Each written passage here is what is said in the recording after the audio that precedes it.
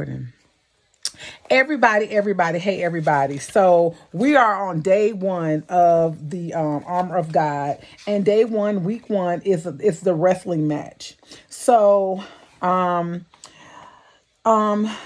Sister Shirer connects the word wrestling to the word struggle, and it's also referred to in Paul's writing, the Apostle Paul's writing, as Paul lay, which denounces a contest or fight between an opponent, waging in close hand-to-hand combat with the goal of pinning down and defeating one's rival. So she wants you to list. She asked us to list identify who your rival is, person, place, or thing, or circumstance, things that you've been wrestling with.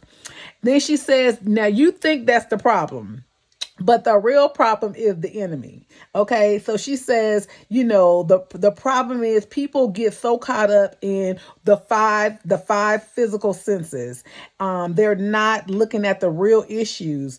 They're focused on what happened verbally, emotionally, financially, or physically, and you're wasting precious time, right? So she says the real enemy is the devil, and he wants you to ignore the spiritual realities behind the physical ones. Okay. So because, a lot of times we don't understand that everything that occurs in the physical world is directly connected to the invisible world, the spiritual world.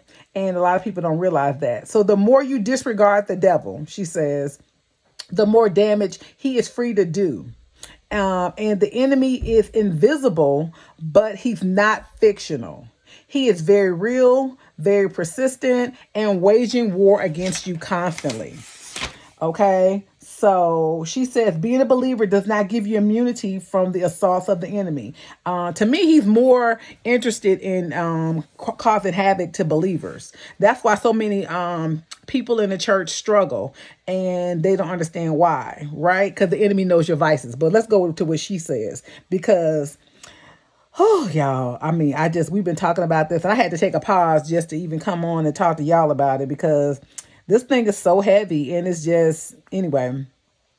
So she said that the enemy burst right out. So she says that a lot of times when Paul would pray to the Ephesians and the Romans, he would talk about how the answer to the spiritual armor that we need is through prayer. And prayer is the only way to fight the enemy. So pretty much, Paul encourages us to understand that the first step in armoring yourself is with prayer. And, he talked to the believers of Ephesians about the abundance inheritance of spirit and spiritual riches that come with prayer. And so, but until they realize it, the Ephesians, or even Christians, she said, what benefit is to know the gifts of God if you're not using it to cover yourself?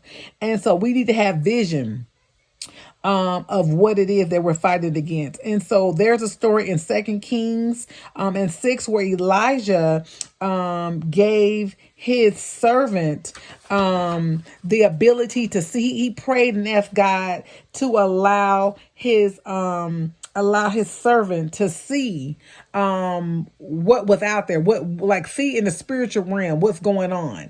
And so he saw the warfare that was taking place. He was able to see it.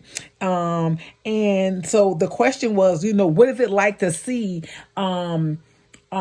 like spiritual armies fighting against one another? What is it like to see that? And then so she breaks down what was Elijah's reaction to seeing that, to his servant seeing it. How did Elijah was calm, he was peaceful, but the servant, just imagine being able to see what's happening in the spiritual realm like that. And what would be your thoughts about that, right? She references Ephesians 1 and 3 to let you know who you are. So we need their key words in these scriptures that tell us aloud how we are how we're richly blessed by Christ and what Christ did by dying on the cross for our enemies, right? Down on the cross for us, and how we can fight against our enemies. So Ephesians 1:3 mentions us how blessed we are. Ephesians 1:7 mentions us how the redemption of the blood. Ephesians 1:13 talks about the word and truth. In Ephesians 1:18 through 19 talks about we are in an inheritance. We're given great power, and we have immense strength to fight against the enemy. So, y'all, this is just a little bit of what's to come. So I'm gonna give you another nugget in day 2. So stay tuned, okay?